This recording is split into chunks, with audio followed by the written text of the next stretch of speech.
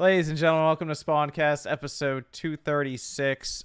Doing a pre-record episode for tonight because some of us will be at too many games. Apparently not Sean. He's not coming by for the panel.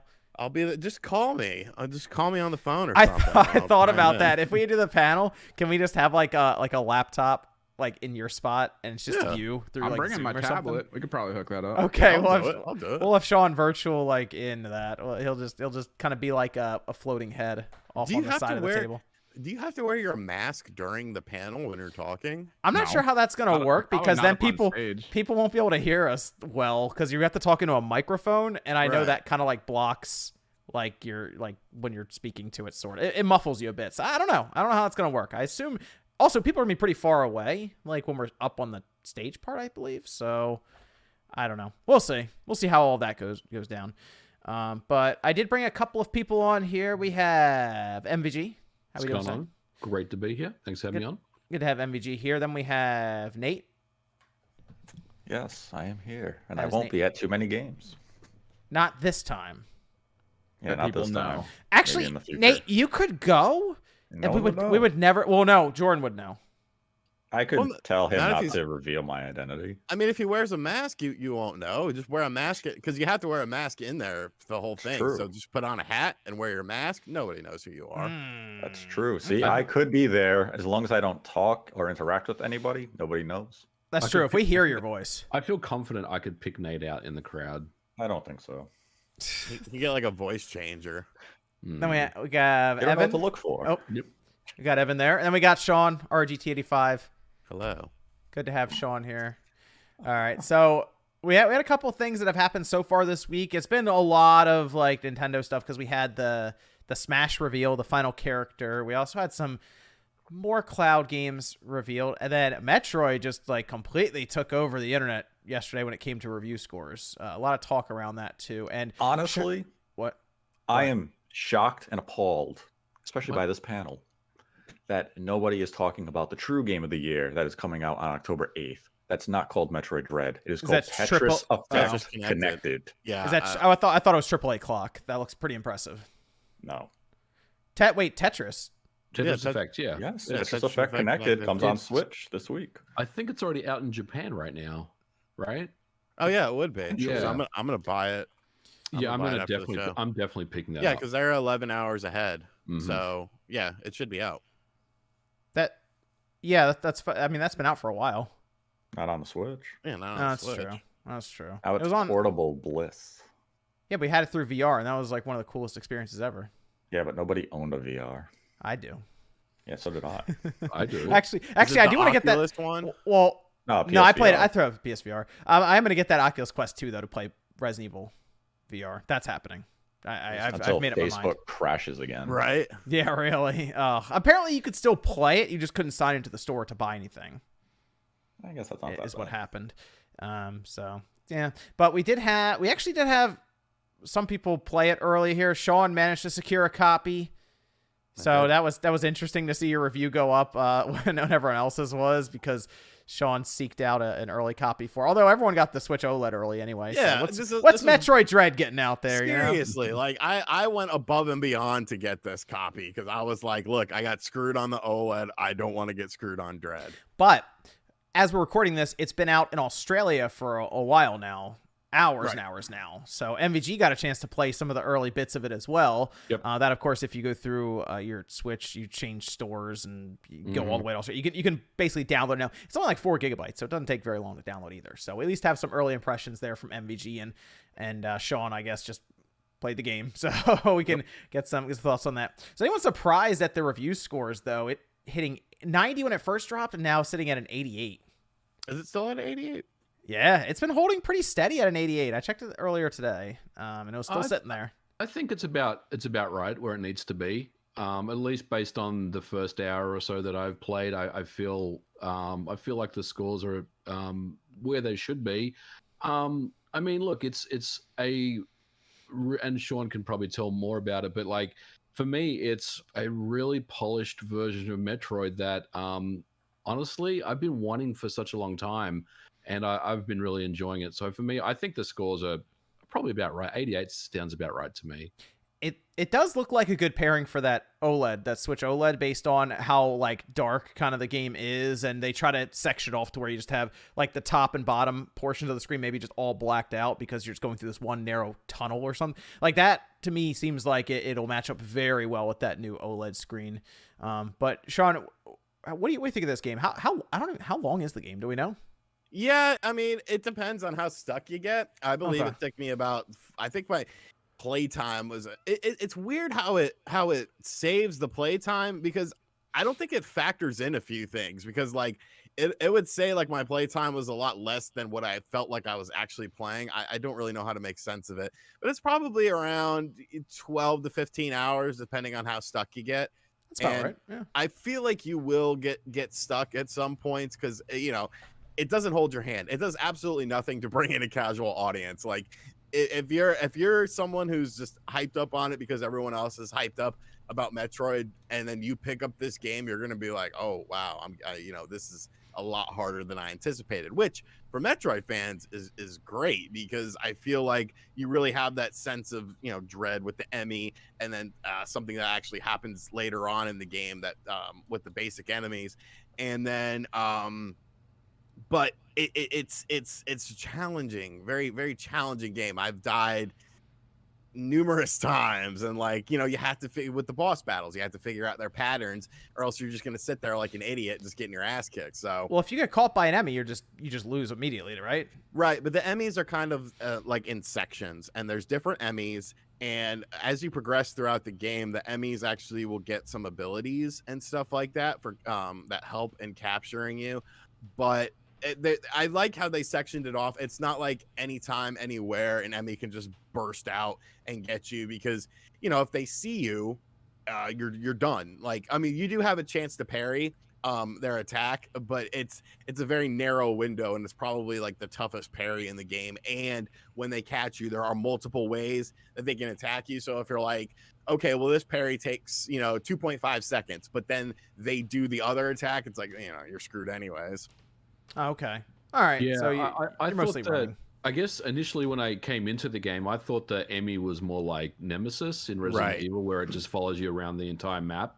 But yeah, I mean, it's kind of in this kind of sectioned off area. So really it gives you, I like the mechanic, because it gives you an opportunity to kind of get the lay of the land and figure out, escape routes and stuff when it does chase you. Because like the AI of Emmy is like really, really good. Like it will catch you. It will get you, if you just keep trying evading it. But I think it's a pretty cool mechanic. I mean, it's not, SAX from like Fusion or anything like that, which was, a lot of people were comparing it to something like that. But for me, I think it's a really cool mechanic, and I like it.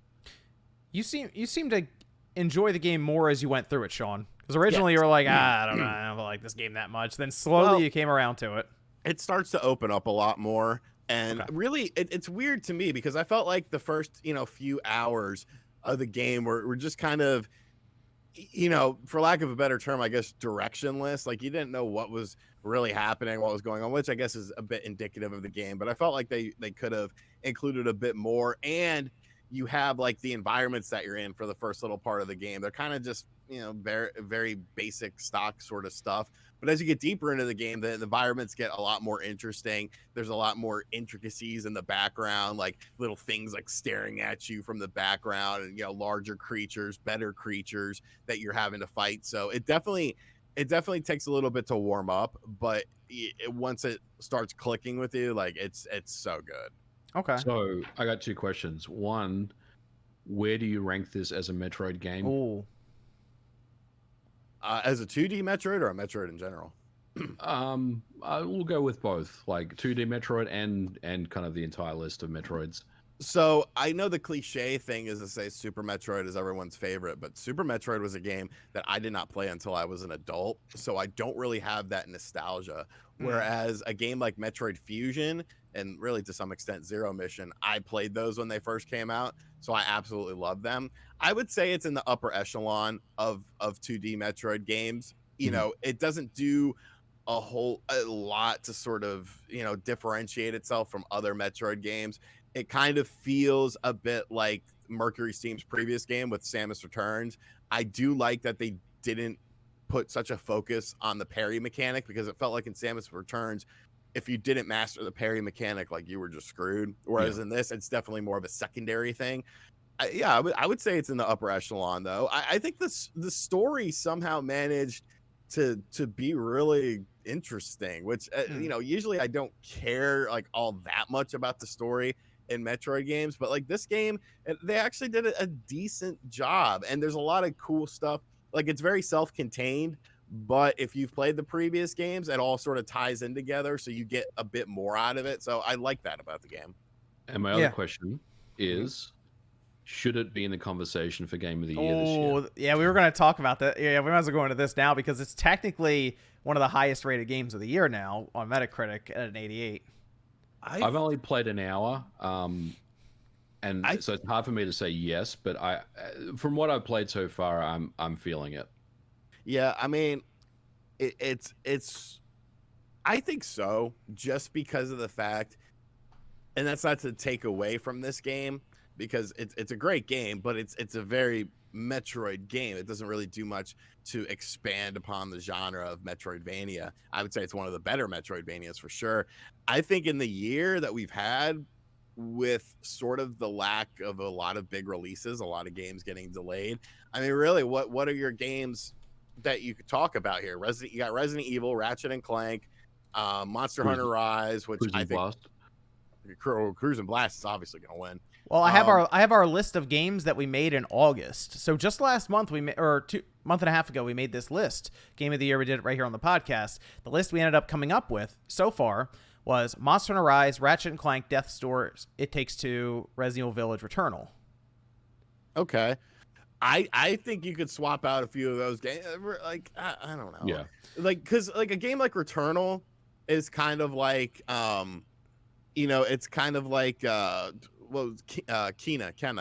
It was hot when it first came out, but then nobody talks about it anymore. Like nobody seems to care about that game anymore. Whereas I think Metroid, because of the difficulty of it, it might be in the conversation later. Plus, it came out in the later portion of the year, so it's fresh in people's minds. I think Death's Door is going to be out now. I think Deathloop is going to take its spot.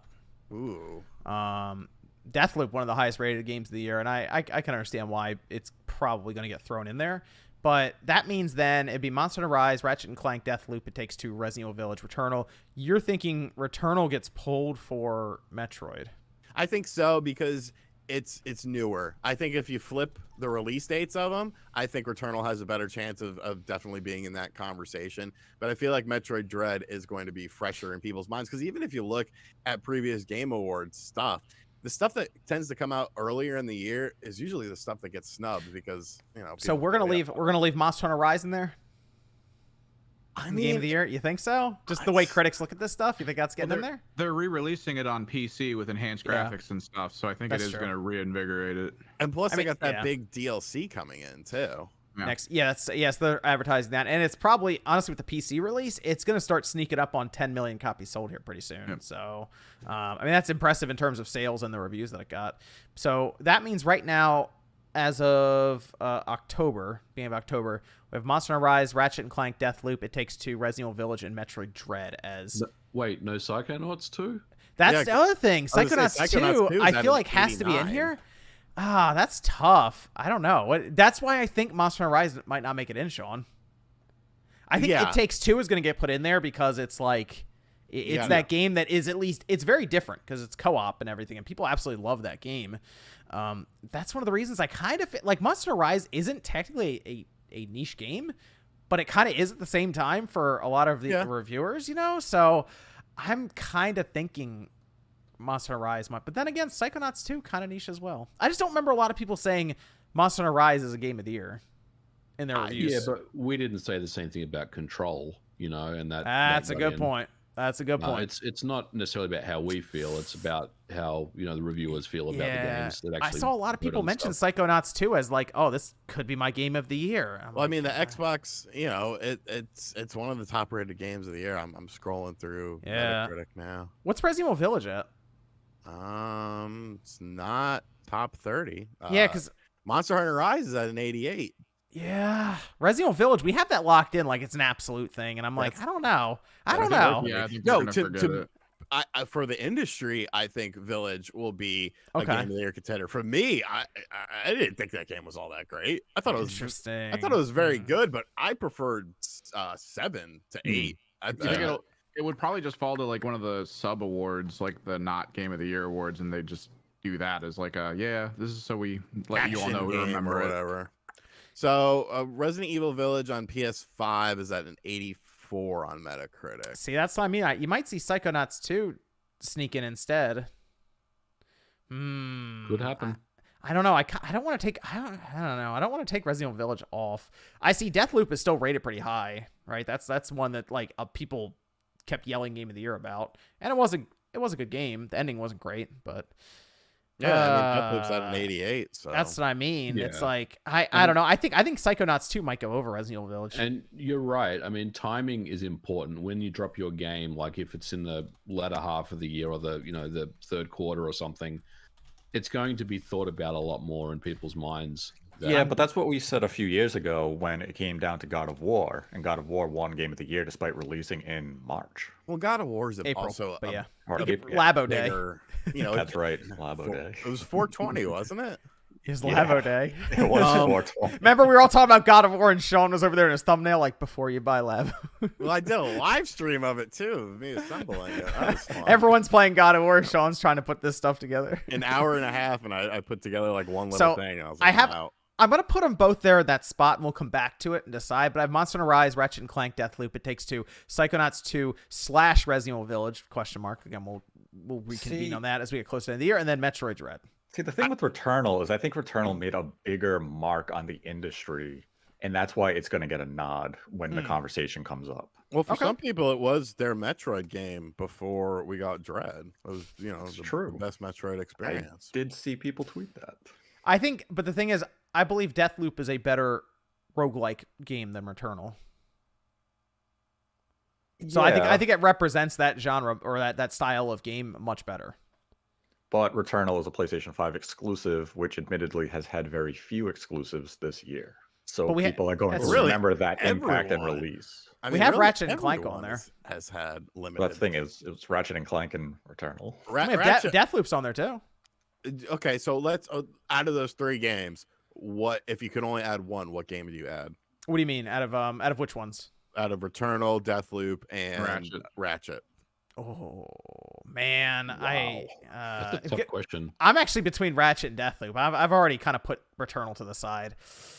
I think it has. I think Ratchet gets it because it's a wider. I kind of have to go with Ratchet because I think that to me was more visually impressive, and it was just a fun game. Whereas Deathloop was annoying at times, and the ending was almost ruined the game for me. So, yeah. Yeah, I'd probably go with Ratchet. Yeah, I'm gonna stick with Ratchet on that. But hey, Deathloop will be on Xbox next year, so there you go. We can check it out then, I guess.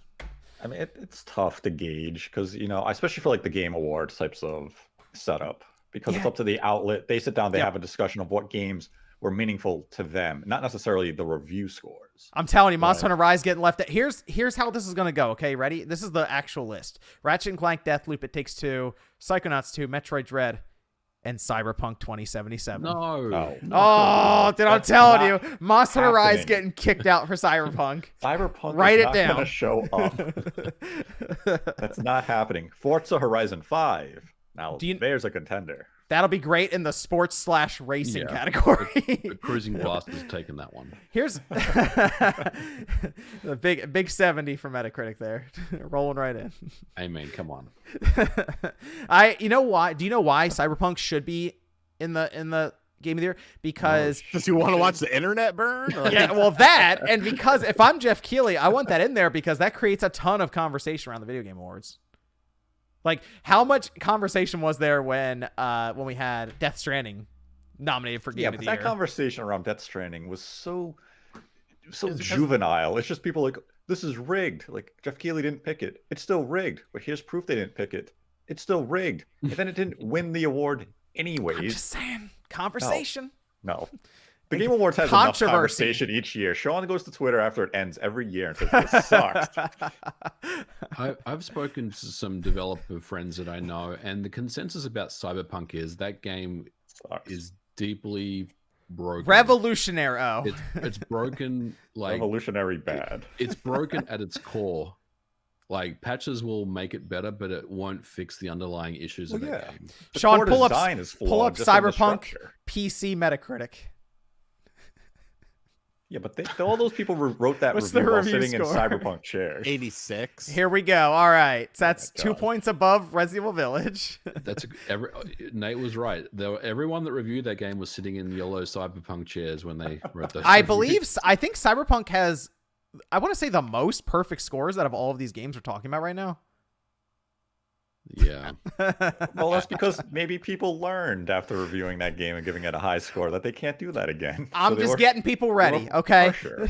just kind of like getting them ready, easing them in for when Cyberpunk gets revealed as number 6. They're gonna go through everything. Everyone's gonna be like, all right, that makes sense. Then Cyberpunk, and then the internet explodes. God, no. I'm just getting people ready. No. If that happens, that's the end of the Game Awards, and I think Keeley knows that. Like, if that list comes in, he has to go back and be like, you guys have to vote again. I mean, what if Death Stranding, the director's cut on there? Do we know if that qualifies? Because if that qualifies, then Mass Effect qualifies. Yeah. Final Fantasy VII. Yeah, but Mass Effect's significantly better than all of those games, that trilogy. I think it needs, I mean, Quake remastered? Oh, exactly. You think it would appear under ongoing game? All those games. Oh, under ongoing game. That's a good point because it has been getting a lot of patches. Maybe that's such a loophole just to keep it in.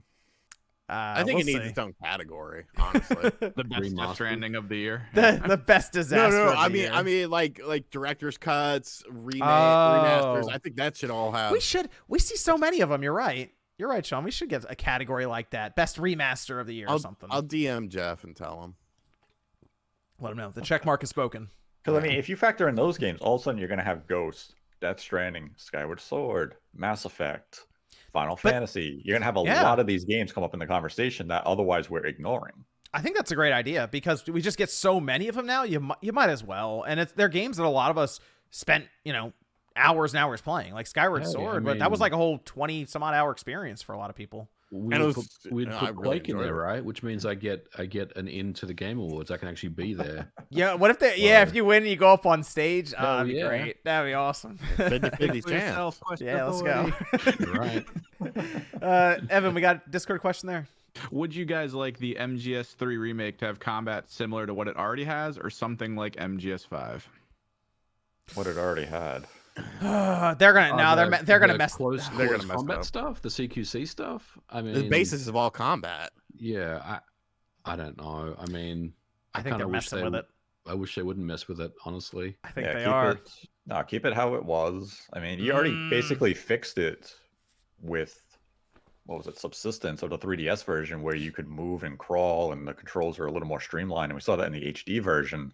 So you leave it alone. I think they're gonna mess with it. I'm telling you. Oh, it's gonna be fun when that happens. If that happens, I should say. We got another Discord question, Evan. This guy told me to read this all word for word. Too many games is an apt name, since there are indeed too many games to buy and play this month. What are your favorite YouTube gaming inside jokes? Mine is Sean must play Balan Wonderworld.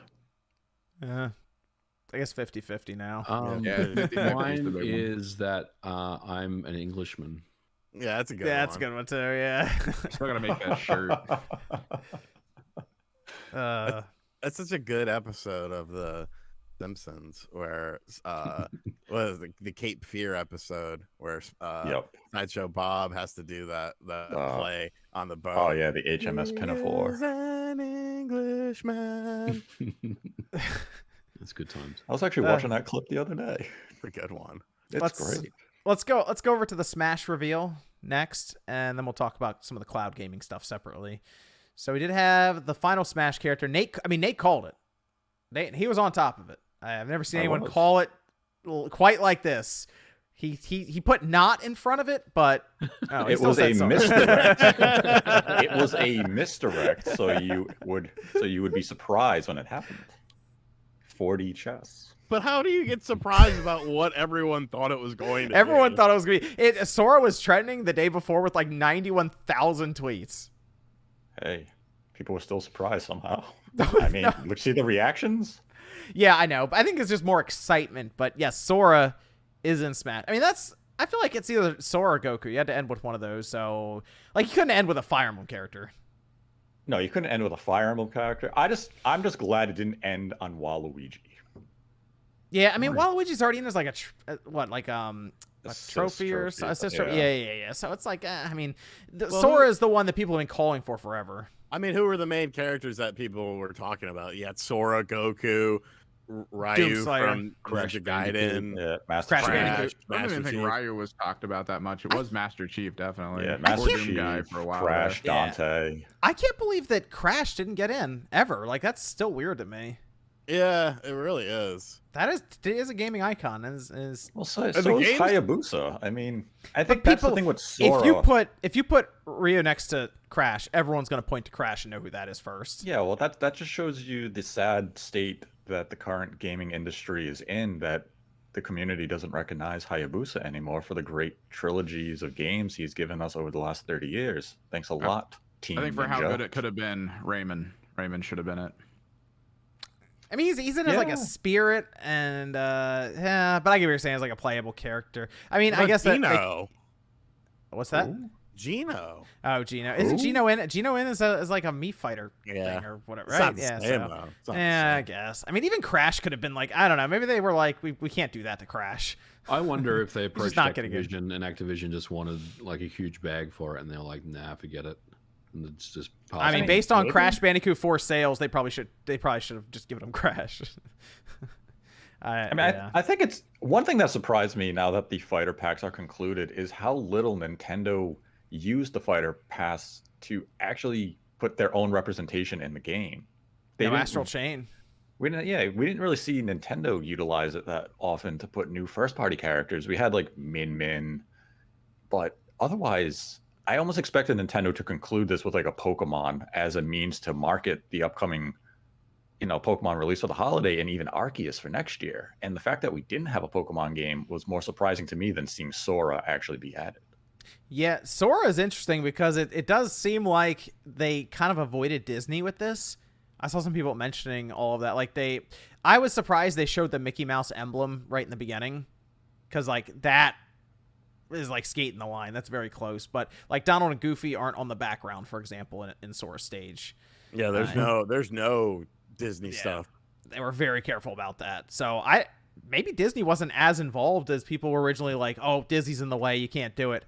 Maybe Disney was like a footnote for getting Sora into the game with what they did. Disney probably just had to approve of Sora, but that's why we don't see Donald and Goofy and all the other Disney-related, references, is that they just said, you can have Sora, and that's it. And, I mean, if that made the character possible, that's good, because, it simplified things, and we didn't have to deal with Disney's very restrictive sense of rules and protective IP.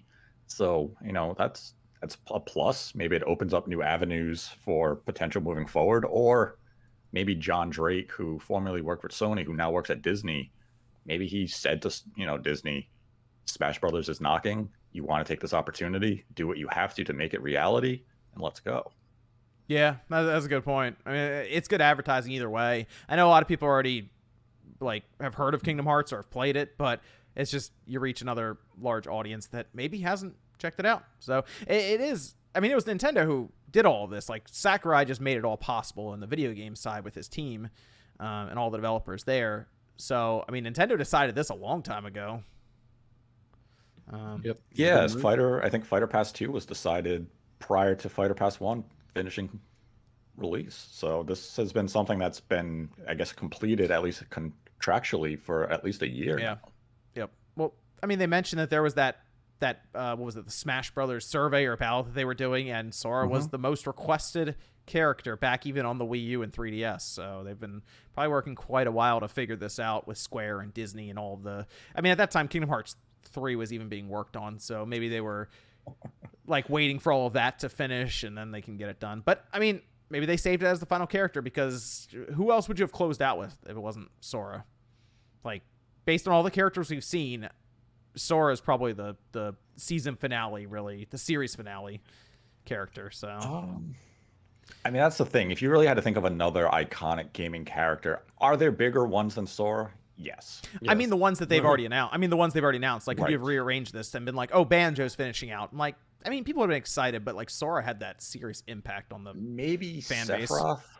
Sephiroth is a good one. That's true. That, in fact, the way that Sephiroth like destroyed like the like the whole the opening the Smash one. Yeah, you know what I'm talking about. Yeah, like destroys basically the universe there. Like, that's a big deal. But like the way that they kind of played I really liked the character trailer. I thought that was well done. With all of the figures almost looking like they're getting put away, because that like plays into the Smash canon where they're all supposed to be like toys basically being played in like a kid's room, and then they all come back to life for the last character. That was kind of cool. So Yeah, the presentation itself was really nicely done. I mean, I think it paid good homage to what Smash Brothers is all about, how it's supposed to be a celebration of the industry. It's just the fun of having all these characters in a single collection where you get to interact with them. And I think they did a good job presenting that in these final presentations. So what happens now with Sakurai? Takes a long vacation. Yeah, you think I'm he just still takes not a year doing my off? joke. I'm still not doing my joke. You think he just takes a Don't. year off now? Yeah, I do. Yeah. I don't think we'll hear from him for a little while until he's ready to talk about what's next. You know, so I think I think he should take a well-deserved break. He earned it. No more Smash Brothers, huh? We think this is it. Yeah, What I else think can you do? right, and I mean, whatever comes next for the Switch, whatever new hardware is coming out, I mean, I kind of expect to see this game as a, I don't know what you want to call it, Just port it over, remaster, whatever. the entire collection or the whatever edition, Definitive edition. the definitive edition. Head over there, and I think it'll still sell millions and millions of units. Yeah, we've seen that with Mario Karts. They have probably at least another 10 years of runway with this game without too much issue just moving it over and selling it again. Yep. Is most likely, I guess, what they'll do. Because I don't know what else you do with Smash unless you reboot the whole series. I think you go for a reboot. Wow, that would be Whoa. interesting. You know what? I'd just be curious to see what happens with it then. Jump Because it they're into gonna the fire again. they're gonna show up with 40. What are they gonna show up with? 36 characters. Like they're gonna cut it down that much as like the Roll next. back I don't net know. code, and that'll be it. That's all they need. Maybe they can do that and then like, all right, we're gonna fix the online with the reboot, and then we'll do everything all over again with new characters being added. Well, they could, but what if Sakurai's like more in a executive producer role and someone else is the director of the next game? That's my expectation, is that he goes hands off with the next Smash Brothers. It's not going to be the project that he takes lead on. It's going to you're going to give it to the development team at Bandai Namco, who has helmed the development of Smash Brothers for Wii U and Ultimate, and it's really going to be more along the lines of, you know, their vision, opposed to Sakurai being so hands-on and making sure he balances every character and committing, you know, 20 hours a day to actually fine-tuning the game. Is that he can take a role where he just kind of oversees it and he can do his own project on the side. And I think that's what the Smash Brothers series kind of needs. It needs a reboot. It needs to be restarted. It's had a fantastic legacy dating back to the N64, but now it really needs to grow. What do? How do you make it grow? You have to find what you want it to be. Is it a party game, as they have said so many times, or are you actually going to make it a fighter with casual appeal? Embrace a clear vision. That'd be interesting. Yeah, what if they just go straight up like Tekken style one-on-one Smash Brothers? I'd be good with that. Very specific balance stages, yeah. 12 characters, everyone's very intricate, and oh man, I would want to see the fan base react to that. Well, that's going to be the thing, is that no matter what comes next, the fan base is not going to tolerate it. So let's say they make it a service, which would be it'd be very trying for Nintendo to really make it a service game, because you have to go back to all those third-party partners and you have to come up with new contractual agreements to have the licensing of the characters to appear in the next release. But people would say, oh, it's the same Smash Brothers game. Again, you kind of lose a little bit of that appeal. So now if you want to reboot it, people are going to say, this isn't the Smash Brothers I grew up with or that I loved. No matter what they do, there's an inherent risk from the fan base not rejecting Here's the thing. If Sakurai isn't directing the next game, but he's still involved, like I said, in an EP type position, there's going to be petitions to get Sakurai back as a director. You know what I'm saying? Like, no matter what comes next, it's going to be met with some criticism. You know, right after this. Let's move over here. Evan, we got a Discord question there. What smartphone does everyone use? I still have like that Note 20. I just ordered one of those new OnePluses though. I've still got a Google Pixel 2. I have a Samsung Galaxy 5. I have a Samsung Galaxy 10. And I guess this one's kind of related. Does anyone on the panel actually want Waluigi and Smash? I mean, we did just kind of say that. No. Yes. Yes. Yeah. Waluigi number 1. You're liars. I think we need to work on getting Waluigi his own game first. Yes, you are liars. Let's get him his own game first. How about that? Then we'll talk about him being in the Smash reboot. You got another Discord question, Evan? I guess this one could go into maybe something we're gonna do next. So, what kind of mess of code must those Kingdom Hearts remasters be built on if they can't run natively on Switch? So let's go over this then, because part of that presentation sort of out of nowhere, because it's not necessarily related to Smash, other than that Sora's there. That's the Kingdom Hearts. Basically 1 and 2, the remix that they did there was like 1.5, and they did like 2.8, and then 3 are all going to the Switch, but they're going to be cloud versions. They are not going to be native ports to the Switch. And yeah, that's that issue. You see the game and you're like, oh, this is great. Finally, Kingdom Hearts coming to the Switch. And then like the next paragraph's like cloud versions. So they just put them at the end of every title. And that's unfortunate because I thought people loved Cloud. How are you not excited to play through the Kingdom Hearts games as Cloud? That was a joke I thought about making. It's like the cloud version. It's like where that person's looking at it, then they realize what it is, then they're really sad in the next frame. I made that joke on Twitter, and I got a lot of serious replies.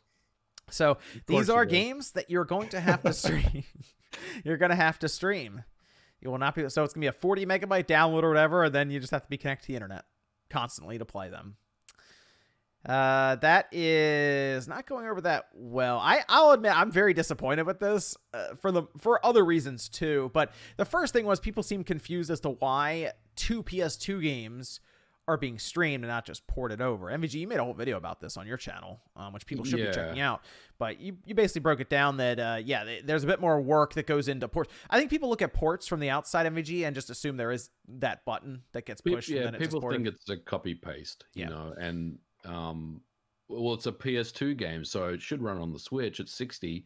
Yeah, I mean, you're right. It's old code base, but the problem is it's not that simple to just port stuff. There's a lot of time that goes into it, and I think ultimately, I mean, I don't know exactly what went on here, but I have a pretty good understanding of why I think Square decided to utilize the cloud for this. And the reality is, it's a return on investment thing. You know, like, they looked at the numbers, they looked at the sales, they kind of did their projections, and you know, they probably tasked development teams to start working on this game. And somewhere during that project, they basically said, no, this isn't going to work for us. We have to stop this. We have to use the cloud, because I mean, ultimately, the Twitterverse aside, most people don't care. You know what I mean? Just the average person that has a good internet connection in their house, they're not even going to notice any difference, right? I mean, we don't like it. I think it sucks, but the average person that wants to play it, they're going to play it.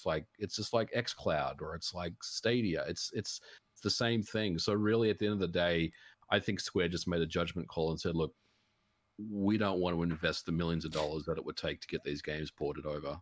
I don't like that.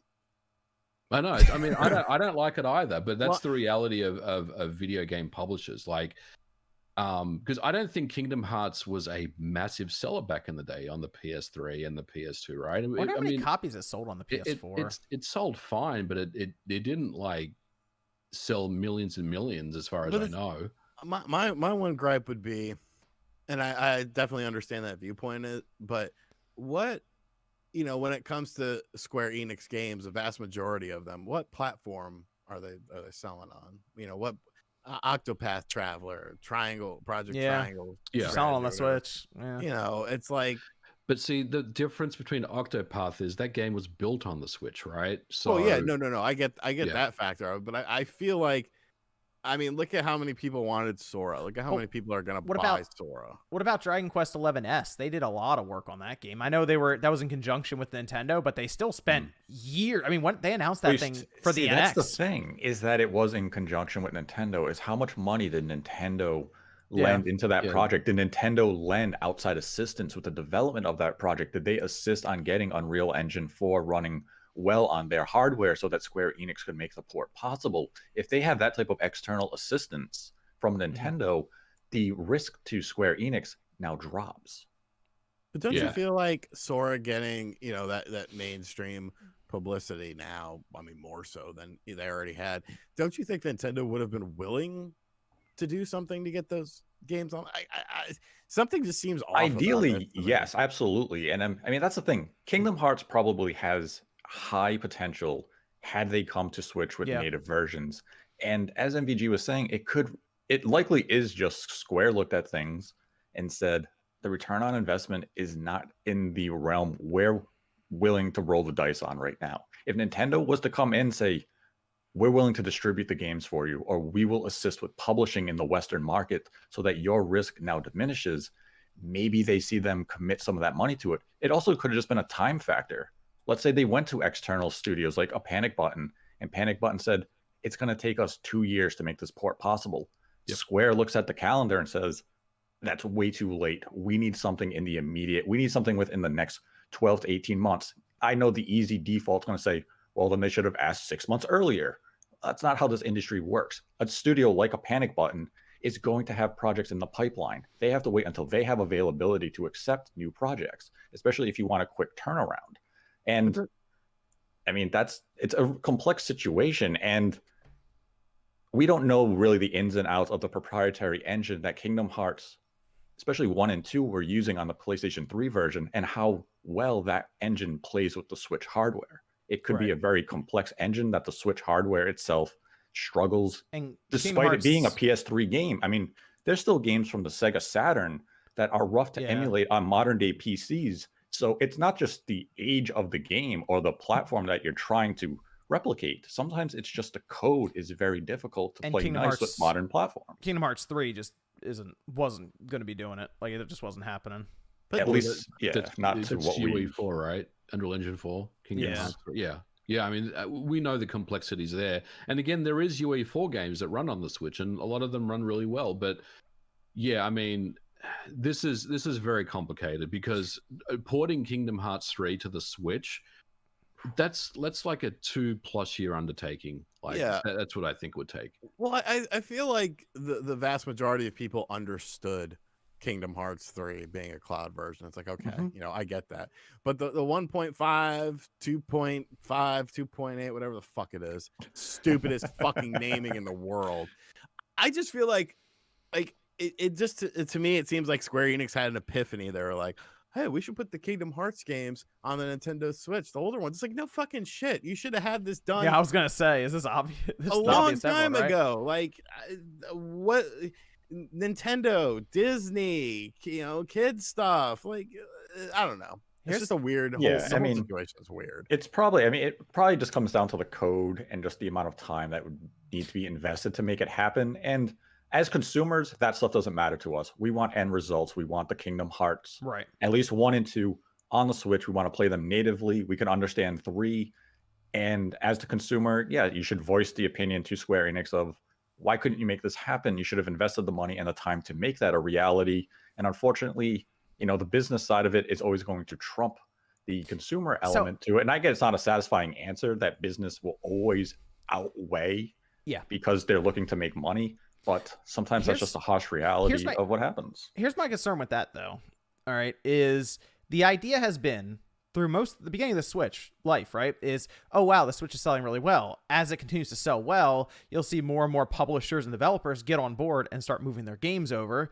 And we're about to come up on 100 million systems. If 100 million systems isn't going to be enough to convince someone like Square to move over what it should be the most obvious series ever to the Switch, and they decide to just turn around and say, oh, there'll be cloud versions. I mean, at this point, 13 games have made their way to the cloud as cloud versions on the Switch, and there's going to be more. And that's what some of my video was about. Like, there's as developers or as publishers want to get these older popular titles to the Switch that did run in like UE3 and UE4, these kind of bigger games, you're going to find that they're going to start turning to the cloud more often because it's just an easy out for them. And again, I'm not saying anyone's lazy or anything like that. This is a business thing.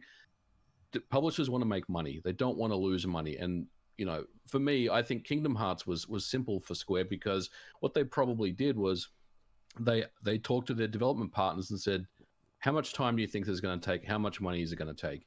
They were probably told 2 years, $5 million. They got some sticker shock and they're like, no, we don't have the budget for that. And that was the end of the conversation. And I think a lot more games over the next 18 months, 2 years. I'm not saying we're going to see like a ton of cloud games, but don't be surprised if that announcement that gets announced and all of a sudden at the end of it says cloud version, because we're going to be seeing a lot more of those coming. I think the stipulation that needs to be attached to that is going to be if the publisher has access to a PC version of a title they want to bring to Switch, we will see a cloud version because that work is done. They can easily use that PC version to put on their cloud services, and then you just release the app on the Switch.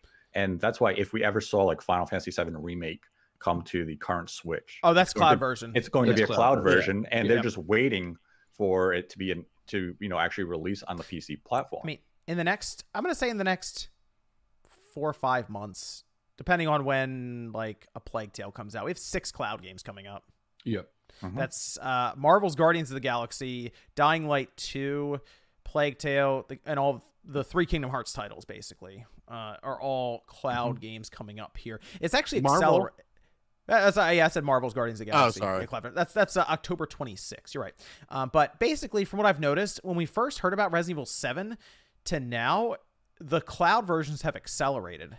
Like Control, Hitman 3, Plague Tale, Innocence, Forgotten City, and then we go into the next 6 games coming out. That's all happened in the last, year and like 2 months or something? It makes you wonder, and I had someone ask me this on Twitter, are these publishers actually seeing meaningful revenue come from these cloud versions? And they're not going to report sales because this technically isn't a sale. It's a long-term rental. Right. So it might just be revenue to the Switch platform as itself.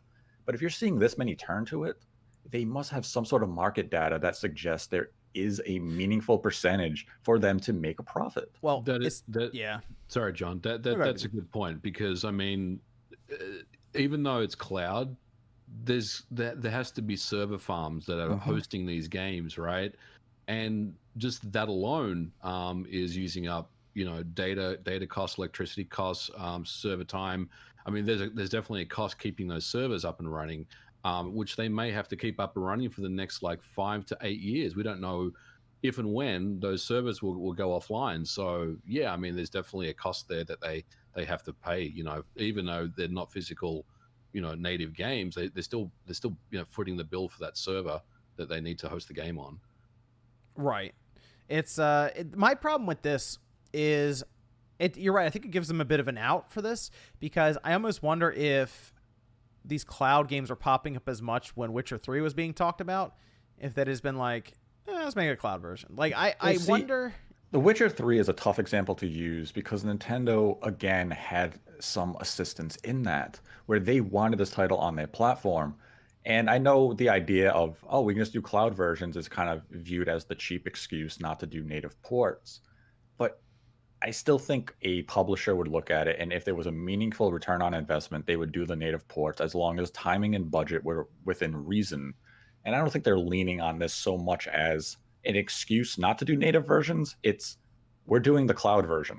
If we didn't do this, you weren't getting the game at all. Right, but that's kind of an issue now that we're at, right? It's like we're to the point where some games just cannot feasibly go to the Switch, whether it's I do believe it has a lot to do with the aging hardware currently and the money that would have to get thrown at it to make sure everything works correctly. As much as people say it's not, I think we are getting to the point where we're using a 2015 X1. It is getting to that point. It absolutely is.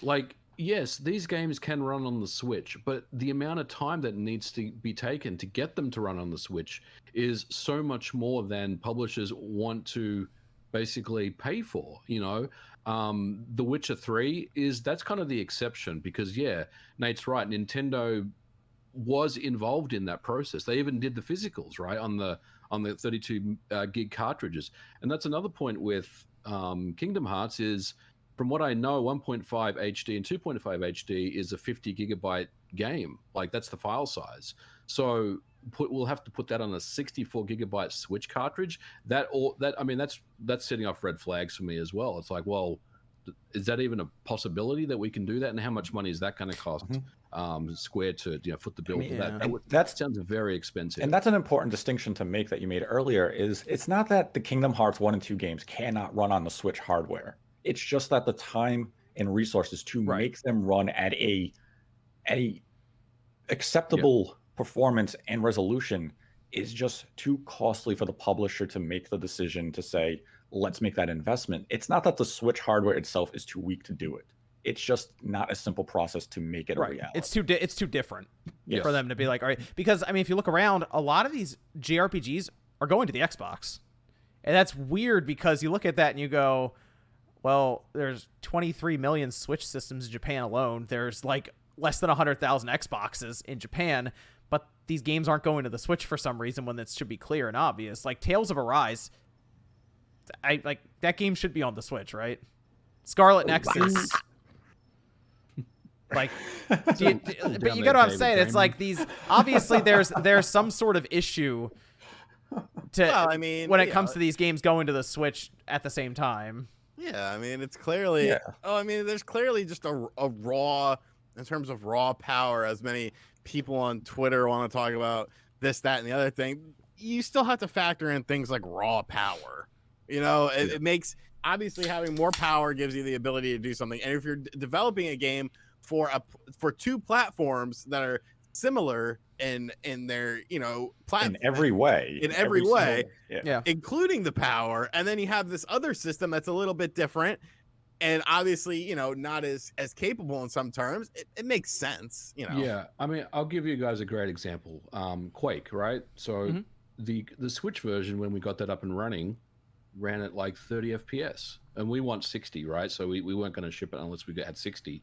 So we spent probably 3 months optimizing the game, just the Switch version, to get it to run at 60. Hold on, somebody on Twitter told me that it was an easy port. It was quick. Like you just copy and paste. Paste. Yeah, I heard it on Twitter. Yeah, that's only going to get you so far. That's going to get you the game running. But if you want to optimize and you want the game running well, then you have to put the time in. And that's ultimately, John, to your point, what you said about better hardware is required. It absolutely is required, because if you have more powerful hardware, you have a bigger sandbox to build your games in that offers a better level of performance, and you don't have to spend so much time optimizing. Then yes, the end result of that will be less time and less money, which means that these games can ship out faster because you're not spending that time optimizing specifically for a Switch version. So I think you're absolutely right. I think, the hardware is definitely a factor in this conversation. Like the worst part about the cloud version stuff, I realized this as I was looking over it. I thought, wow, if you play a cloud version on your Switch at home, it's really not that different from the Wii U then. Like, you're not going outside with your Switch. You're staying around your router or whatnot, which basically is like your Wii U gamepad staying around the console. Well, some people take their Switch, their Wii U's with them. And plug them in. So then the Wii U is more portable then. Yep. The cloud version just, to me, kind of defeats the whole concept of the Switch at times. Well, see, I think we kind of have the Western view of cloud versions, whereas a good internet society like Japan, this may be more functional. Like they got is like their whole city blanketed in Wi-Fi.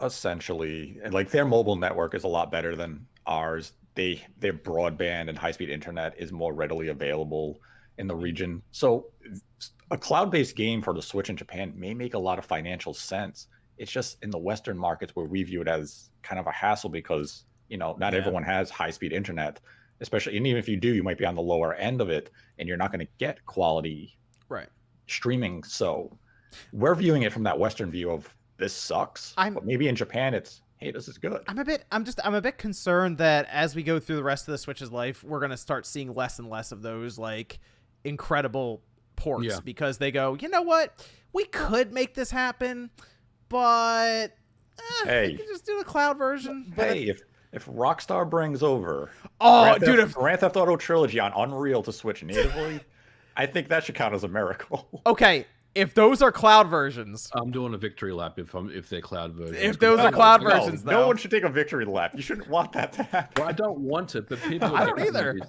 People were dunking on me saying, "Oh, you don't know what you're talking about. They're just lazy. It's lazy developers." No, they're not lazy developers.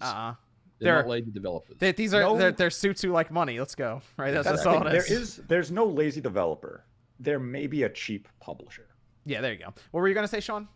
What was I gonna say? Oh, to your point about the Switch getting less and less of those fantastic ports, we're coming up on 5 years, man, of that hardware. You know, it came out in 2017. So they should be really familiar with it now. So we should see really incredible ports.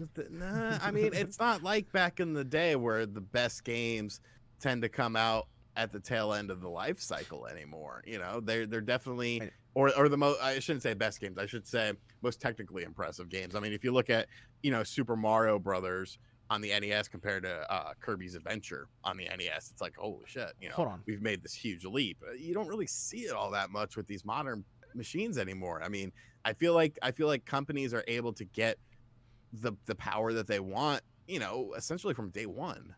Yeah, but the Switch I'm about to buy has no OLED screen in it, so they can port Kingdom Hearts 3 to that, right? No, yeah. no, because it's just a screen. It's just the kickstand, though. Yeah, and the enhanced audio. Oh. No, going back complete full circle. Yeah. Play Metroid Dread with headphones. Ah, okay. All right. Is it good? Okay. Such good. As some of the music I think sucks ass, but music is subjective. Metroid needs a great soundtrack. There's a few tracks that I felt were out of place, but the sound design is just. I think at this point I'm sold on the hybrid concept. It works. It's fine. Obviously, it's a sales success. I think I'm just ready for Nintendo to make a bit of an upgrade on the hardware side. That's all. Yep. I think we're to that point. So I don't know if that's next year, the year after. I don't know. I'm ready. I'm ready to get the Nate. what are those noises you're making? What's that mean? What's that noise over there? What do you Nate, know? What's that mean, Nathaniel? People can find out in an upcoming Nate the Hate episode. Oh, is that next week? Maybe. 50-50 chance, baby. 50-50 chance. All right, we'll keep an eye out for your podcast then. Evan, we have Discord questions to finish up with. Just 2 left. What's the best thing you are all able to cook? Pizza. Anything on the grill.